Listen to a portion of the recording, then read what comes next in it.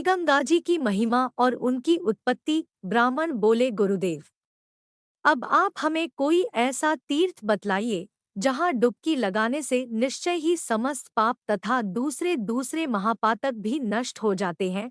व्यास जी बोले, ब्राह्मणों, अविलंब सद्गति का उपाय सोचने वाले सभी स्त्री पुरुषों के लिए गंगाजी ही एक ऐसा तीर्थ है जिनके दर्शन मात्र से सारा पाप नष्ट हो जाता है।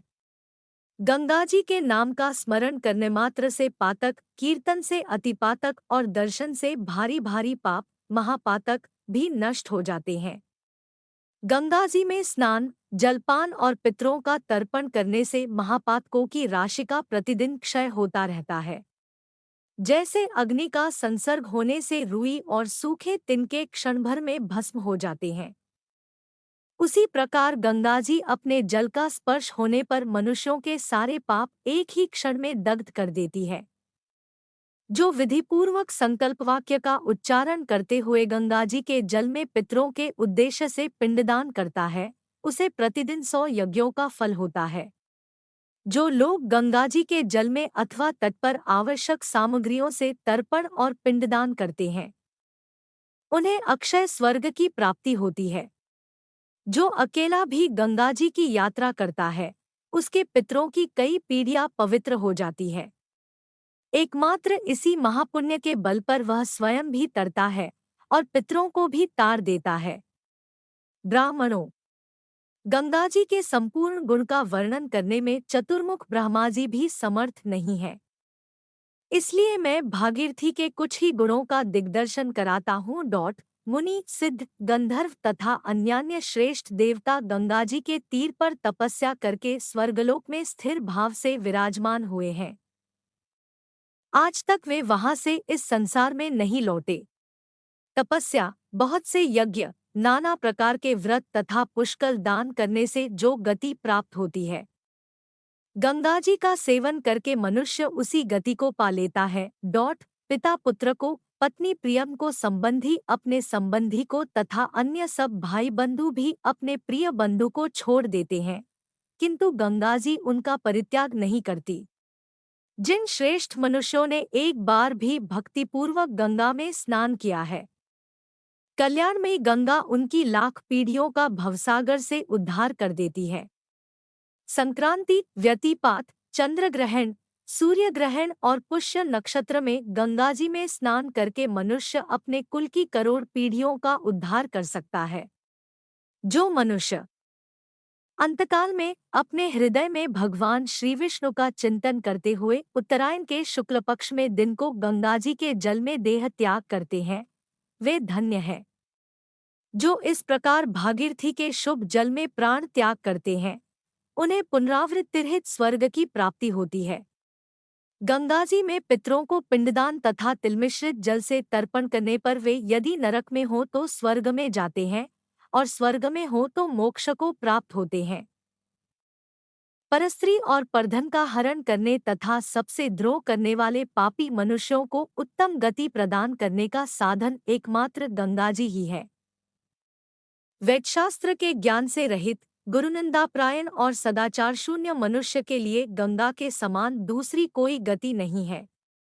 गंगाजी में स्नान करने मात्र से मनुष्यों के अनेक जन्मों की पापराशि नष्ट हो जाती है तथा वे तत्काल पुण्यभागी होते हैं। प्रभास क्षेत्र में सूर्य ग्रहण के समय 1 सहस्र गोदान करने पर जो फल मिलता है, वह गंगाजी में स्नान करने से प्रतिदिन प्राप्त होता है। गंगाजी का दर्शन करके मनुष्य पापों से छूट जाता है और उसके जल का स्पर्श करके स्वर्ग पाता है। अन्य कार्य के प्रसंग से भी गंगाजी में गोता लगाने पर वे मोक्ष प्रदान करती है। गंगाजी के दर्शन मात्र से पर धन और पर स्त्री की अभिलाषा तथा परधर्म विषयक रुचि नष्ट हो जाती है। अपने आप जो कुछ मिल जाए उसी में संतोष करना, अपने धर्म में प्रवृत्त रहना तथा संपूर्ण प्राणियों के प्रति समान भाव रखना, ये सद्गुण गंगाजी में स्नान करने वाले मनुष्य के हृदय में स्वभावतः उत्पन्न होते हैं। जो मनुष्य गंगाजी का आश्रय लेकर सुखपूर्वक निवास करता है, वही इस लोक में जीवन मुक्त और सर्वश्रेष्ठ है। उसके लिए कोई कर्तव्य शेष नहीं रह जाता। गंगाजी में या उनके तट पर किया हुआ यज्ञ, दान, तप, जप, श्राद्ध और देव पूजन प्रतिदिन कोटि कोटि गुना अधिक फल देने वाला होता है। अपने जन्म नक्षत्र के दिन गंगाजी के संगम में स्नान करके मनुष्य अपने कुल का उद्धार कर देता है। जो बिना श्रद्धा के भी पुण्यश्लीला गंगाजी के नाम का कीर्तन करता है, वह निश्चय ही स्वर्ग का अधिकारी है। वे पृथ्वी पर मनुष्यों को, पाताल में नागों को और स्वर्ग में देवताओं को तारती है। जानकर या अनजान में, इच्छा से या अनिच्छा से गंगा में मरने वाला मनुष्य स्वर्ग और मोक्ष को भी प्राप्त करता है। सत्वगुण में स्थित योगयुक्त मनीषी पुरुष को जो गति मिलती है, वही गंगाजी में प्राण त्यागने वाले देहधारियों को प्राप्त होती है। एक मनुष्य अपने शरीर का शोधन करने के लिए हजारों चांद्रायन व्रत करता है और दूसरा मनचाहा गंगाजी का जल पीता है। उन दोनों में गंगाजल का पान करने वाला पुरुष ही श्रेष्ठ है। मनुष्य के ऊपर तभी तक तीर्थों, देवताओं और वेदों का प्रभाव रहता है, जब तक कि वह गंगाजी को नहीं प्राप्त कर लेता। भगवती गंगे। वायु देवता ने स्वर्ग, पृथ्वी और आकाश में 3.5 करोड़ तीर्थ बतलाए हैं। वे सब तुम्हारे जल में विद्यमान है। गंगे, तुम श्री विष्णु का चरणोदक होने के कारण परम पवित्र हो, तीनों लोकों में गमन करने से त्रिपथगामिनी कहलाती हो। तुम्हारा जल धर्ममय है, इसलिए तुम धर्मद्रवी के नाम से विख्यात हो। जाह्नवी, मेरे पाप हर लो, भगवान श्री विष्णु के चरणों से तुम्हारा प्रादुर्भाव हुआ है। तुम श्री विष्णु द्वारा सम्मानित तथा वैष्णवी हो, मुझे जन्म से लेकर मृत्यु तक के पापों से बचाओ। महादेवी। भागीरथी, तुम श्रद्धा से शोभायमान रज कर्णों से तथा अमृतमय जल से मुझे पवित्र करो। इस भाव के 3 श्लोकों का उच्चारण करते हुए जो गंगाजी के जल में स्नान करता है, वह करोड़ जन्मों के पाप से निस्संदेह मुक्त हो जाता है। अब मैं गंगाजी के मूल मंत्र का वर्णन करूंगा, जिसे साक्षात श्रीहरि ने बतलाया है।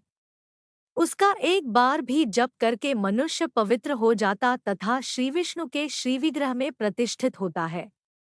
वह मंत्र इस प्रकार है: नमो गंगाय विश्वरूपिण्ये नारायण्ये नमो नमः। भगवान श्री नारायण से प्रकट हुई विश्वरूपिणी गंगाजी को बारंबार नमस्कार है।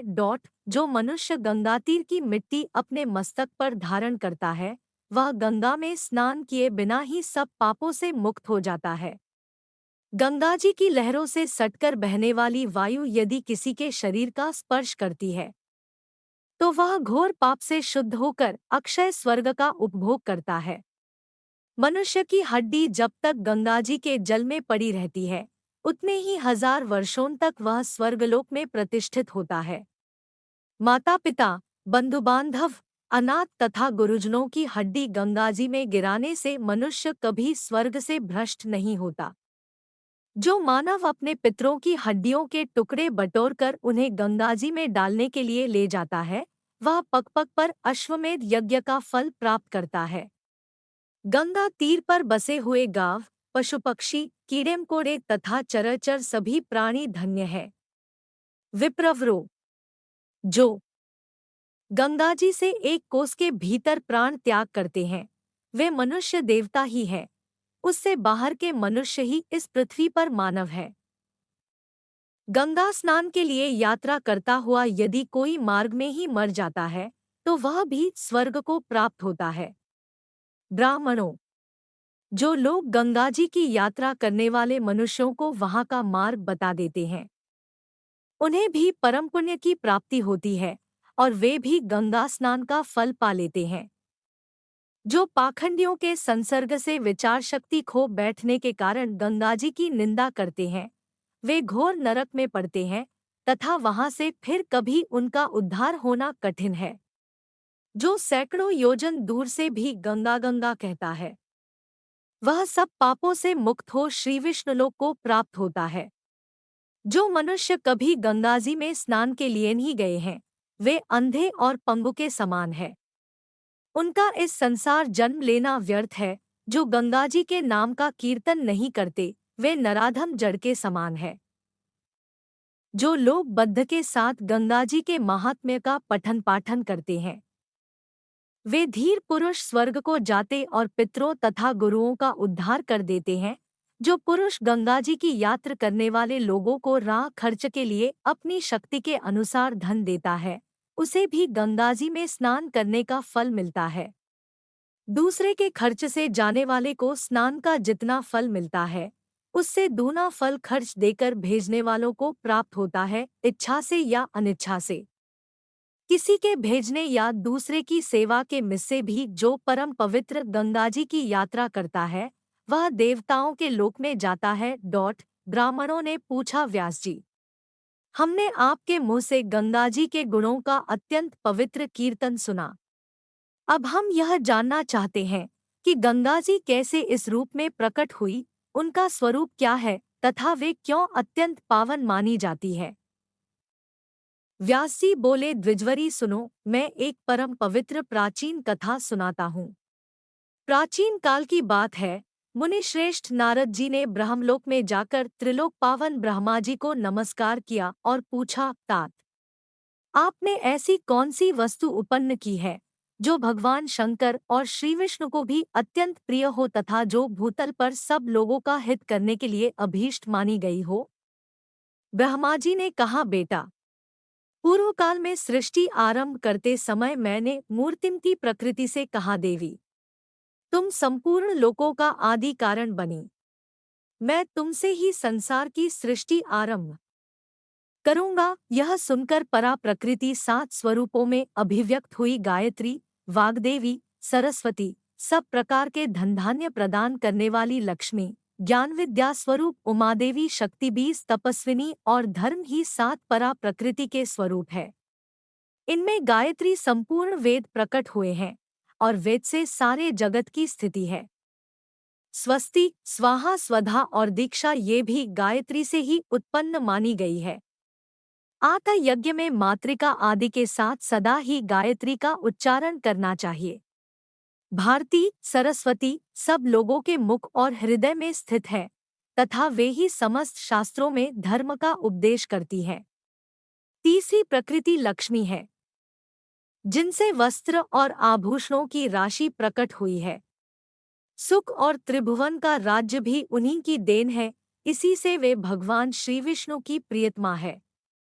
चौथी प्रकृति उमा के द्वारा ही संसार में भगवान शंकर के स्वरूप का ज्ञान होता है। आता उमा को ज्ञान की जननी, ब्रह्म विद्या समझना चाहिए। वे भगवान शिव के आधे अंग में निवास करती है। शक्ति बीजा नाम की जो 5वीं प्रकृति है, वह अत्यंत उग्र और समूचे विश्व को मोह में डालने वाली है। समस्त लोकों में वही जगत का पालन और सहार करती है। तपस्विनी तपस्या की अधिष्ठात्री देवी है। 7वीं प्रकृति धर्मद्रवा है, जो सब धर्मों में प्रतिष्ठित है। उसे सबसे श्रेष्ठ देखकर मैंने अपने कमंडल में धारण कर लिया। फिर परम प्रभावशाली भगवान श्री विष्णु ने बलि के यज्ञ के समय इसे प्रकट किया। उनके दोनों चरणों से संपूर्ण महितल व्याप्त हो गया था। उनमें से एक चरण आकाश एवं ब्रह्मांड को भेद कर मेरे सामने स्थित हुआ। उस समय मैंने कमंडलू के जल से उस चरण का पूजन किया। उस चरण को धोकर जब मैं पूजन कर चुका, तब उसका धोवन हेमकूट पर्वत पर गिरा। वहां से भगवान शंकर के पास पहुंचकर वह जल गंगा के रूप में उनकी जटा में स्थित हुआ। गंगा बहुत काल तक उनकी जटा में ही भ्रमण करती रही। तत्पश्चात महाराज भगीरथ ने भगवान शंकर की आराधना करके गंगा को पृथ्वी पर उतारा। वे 3 धाराओं में प्रकट होकर तीनों लोकों में गरयू, इसलिए संसार में त्रिस्रोता के नाम से विख्यात हुई। शिव, ब्रह्मा तथा विष्णु तीनों देवताओं के सहयोग से पवित्र होकर वे त्रिभुवन को पावन करती है। भगवती भागीरथी का आश्रय लेकर मनुष्य संपूर्ण धर्मों का फल प्राप्त करता है। पाठ, यज्ञ, मंत्र, होम और देवार्चन आदि समस्त शुभ कर्मों से भी जीव को वह गति नहीं मिलती जो श्रीगंगा जी के सेवन से प्राप्त होती है।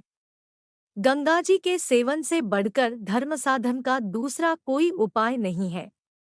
इसलिए नारद, तुम भी गंगा जी का आश्रय लो। हड्डियों में गंगा जी के जल का स्पर्श होने से राजा सगर के पुत्र अपने पितरों तथा वंशजों के साथ स्वर्गलोक में पहुंच गए। व्यास जी कहते हैं, मुनिश्रेष्ठ नारद ब्रह्मा जी के मुख से यह बात सुनकर गंगाद्वार हरिद्वार में गए और वहां तपस्या करके ब्रह्मा जी के समान हो गए। गंगा जी सर्वत्र सुलभ होते हुए भी गंगाद्वार प्रयाग और गंगा सागर संगम इन तीन स्थानों में दुर्लभ है। वहां इनकी प्राप्ति बड़े भाग्य से होती है। वहां 3 रात्रि या 1 रात निवास करने से भी मनुष्य परम गति को प्राप्त होता है। इसलिए धर्मज्ञ ब्राह्मणों, सब प्रकार से प्रयत्न करके तुम लोग परम कल्याणमयी भगवती भागीरथी के तीर पर जाओ। विशेषतः इस कलिकाल में सत्वगुण से रहित मनुष्यों को कष्ट से छुड़ाने और मोक्ष प्रदान करने वाली गंगाजी ही है। गंगाजी के सेवन से अनंत पुण्य का उदय होता है। पुलस्त्य जी कहते हैं, भीष्म। तदंतर वे ब्राह्मण व्यास जी की कल्याणमयी वाणी सुनकर बड़े प्रसन्न हुए और गंगाजी के तट पर तपस्या करके मोक्ष मार्ग को पा गए। जो मनुष्य इस उत्तम परम पवित्र उपाख्यान का श्रवण करता है, वह समस्त दुखराशि से पार हो जाता है तथा उसे गंगाजी में स्नान करने का फल मिलता है। एक बार भी इस प्रसंग का पाठ करने पर संपूर्ण यज्ञों का फल मिल जाता है। जो गंगाजी के तट पर ही दान, जप, ध्यान, स्तोत्र, मंत्र और देवार्चन आदि कर्म कराता है, उसे अनंत फल की प्राप्ति होती है।